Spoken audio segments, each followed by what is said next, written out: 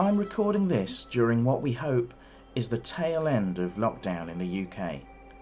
With any luck, things will in time return to an approximation of normality, and we will soon forget all about making banana bread, doing the Joe Wicks daily workout, suddenly giving a shit about VE Day and other lockdown preoccupations.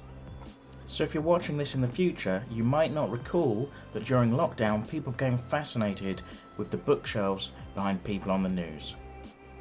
Instead of breaking lockdown rules to travel to the studio, people were now appearing live from their offices or back bedroom. As a nation, we became obsessed not with anything these people had to say, but the things they'd chosen to place behind them, embracing the opportunity to snoop around a stranger's home. What do their backgrounds tell us about them, we asked. And then pretty quickly the question became, what have they contrived to tell us about themselves? We began to suspect that people's backgrounds weren't there by chance, but they were deliberately picking and choosing the books on display to make themselves look more well-rounded or intellectual.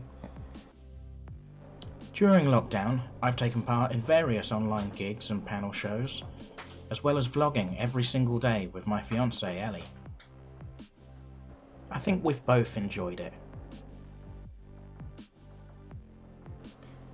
This is the background I use when I'm doing those things, with this wall hanging here behind me that's just slightly off center, which is a little bit annoying, but this just happens to be where my PC is in my lounge. It's where the webcam's set up, and I can't be asked with the amount of lugging furniture about it would take just to have a different background just to impress strangers on the internet. No offense. But I'm filming this on my phone, which gives me a bit more flexibility. And if I could choose any background I wanted, and I can, I'd choose this bookshelf behind me displaying my Marvel Ultimate Graphic Novel collection. I might even go for a more comfortable chair. The Marvel Ultimate Graphic Novel collection is a fortnightly partwork licensed by Marvel and published by Hachette. Every fortnight you get a lovely hardback book collecting a comic story and featuring bonus content such as cover galleries, author biographies, things like that. And if you shelve them correctly on your shelf in the right order, the spines have a picture of a bunch of Marvel superheroes looking cool and moody against a dark, stormy background. Pretty fun.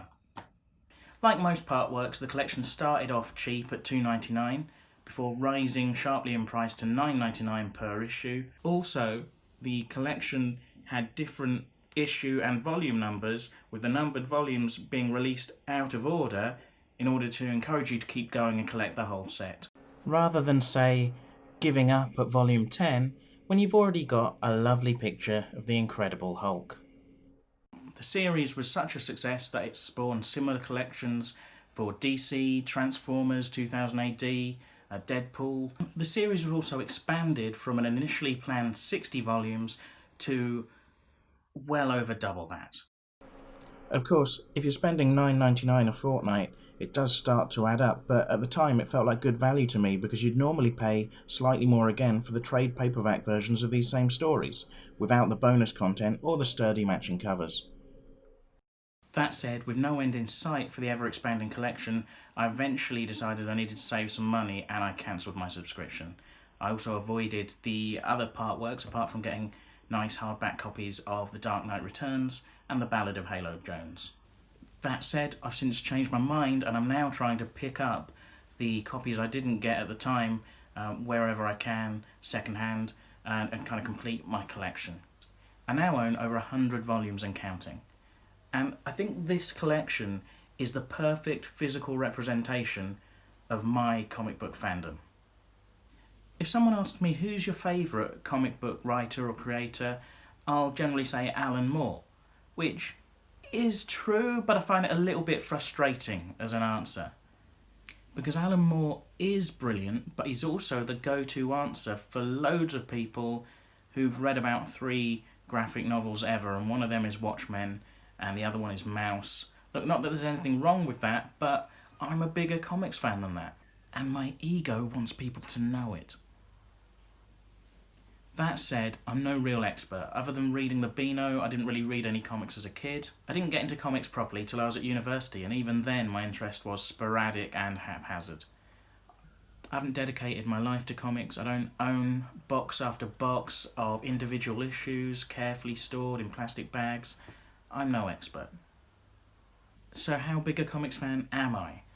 I'm the sort of fan that owns over 140 volumes of this collection, which is a reasonable investment of time and money, but that also tells you that I'm the sort of comics fan that's happy to have my comic choices essentially curated for me by someone at Marvel or Hachette. And look, I'm aware that these might not be the best ever Marvel comics. There might be a certain bias or a skew to the selection. They might represent a narrative that Marvel wants to tell about itself, or certain characters that Marvel wants to push.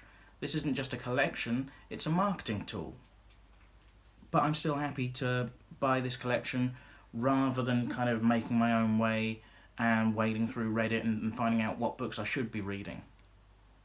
Plus, I should also admit, so far I've only read about half of these.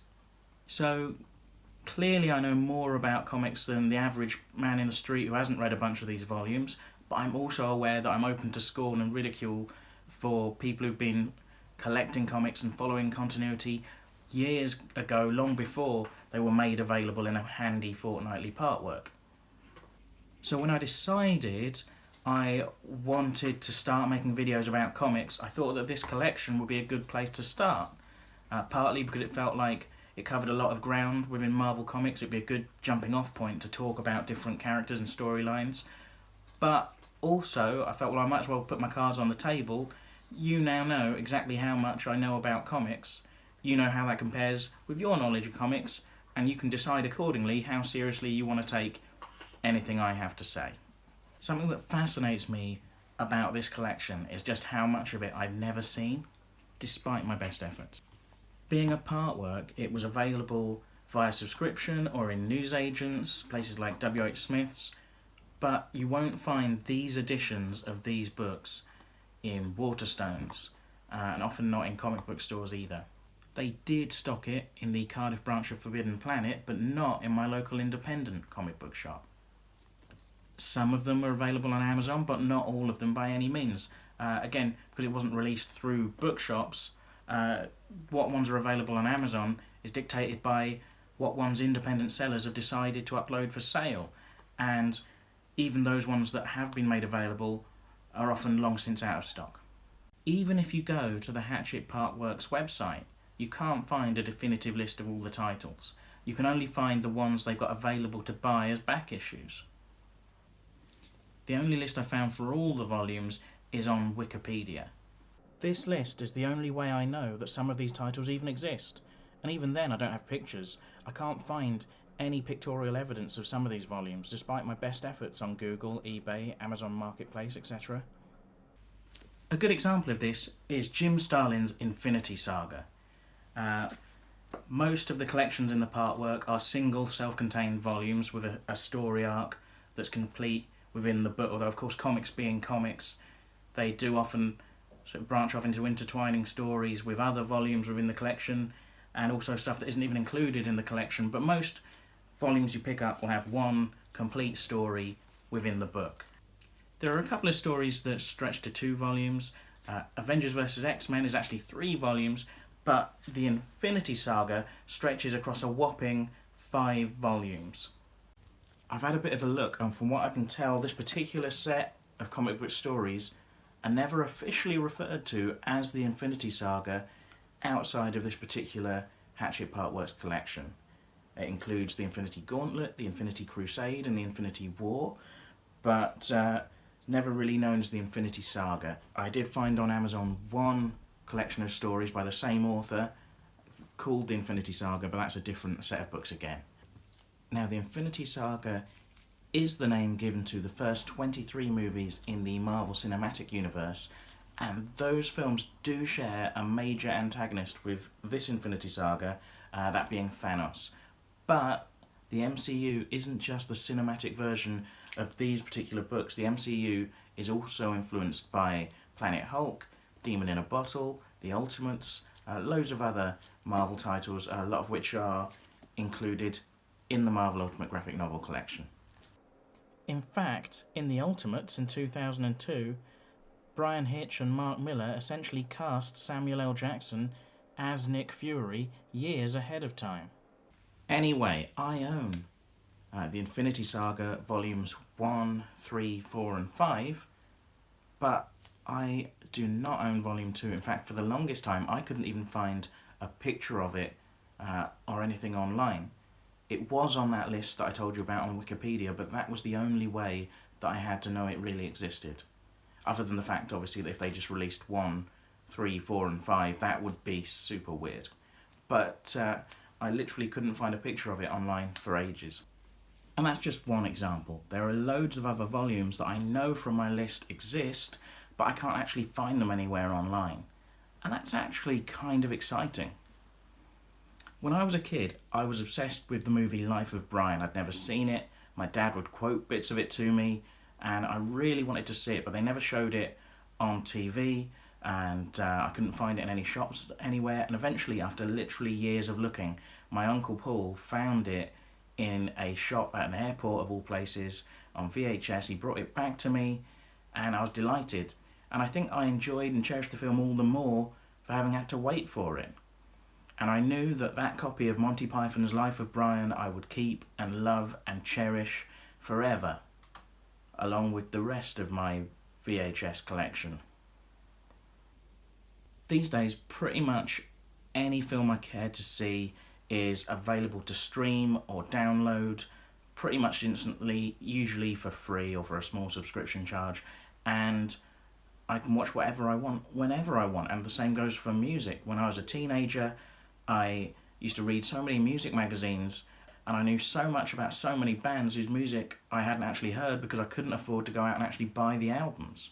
Now, they're all on Spotify or YouTube, but I think that now I actually listen to less music, even though it's more accessible.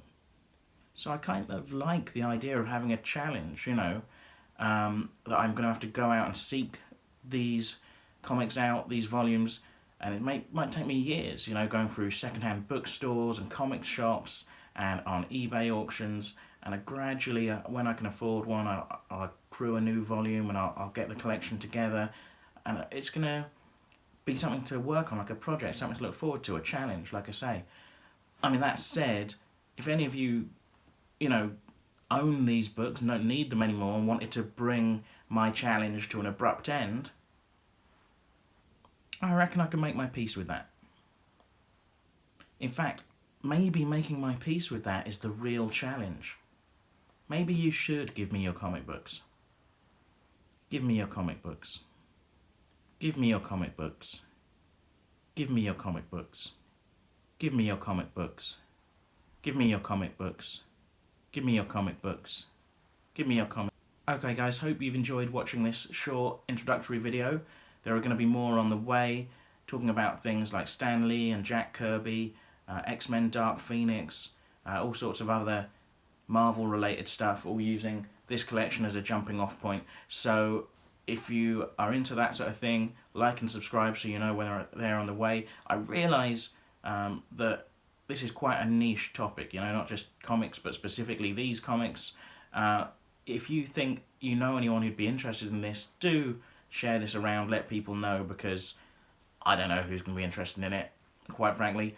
But yeah, share it, like, subscribe, there's no shame in it. And also, if you did want to donate to my Ko-fi account, that would be very welcome. It helps keep my cats in cat food, so I'd appreciate it. Anyway, thanks for watching. See you again. Bye.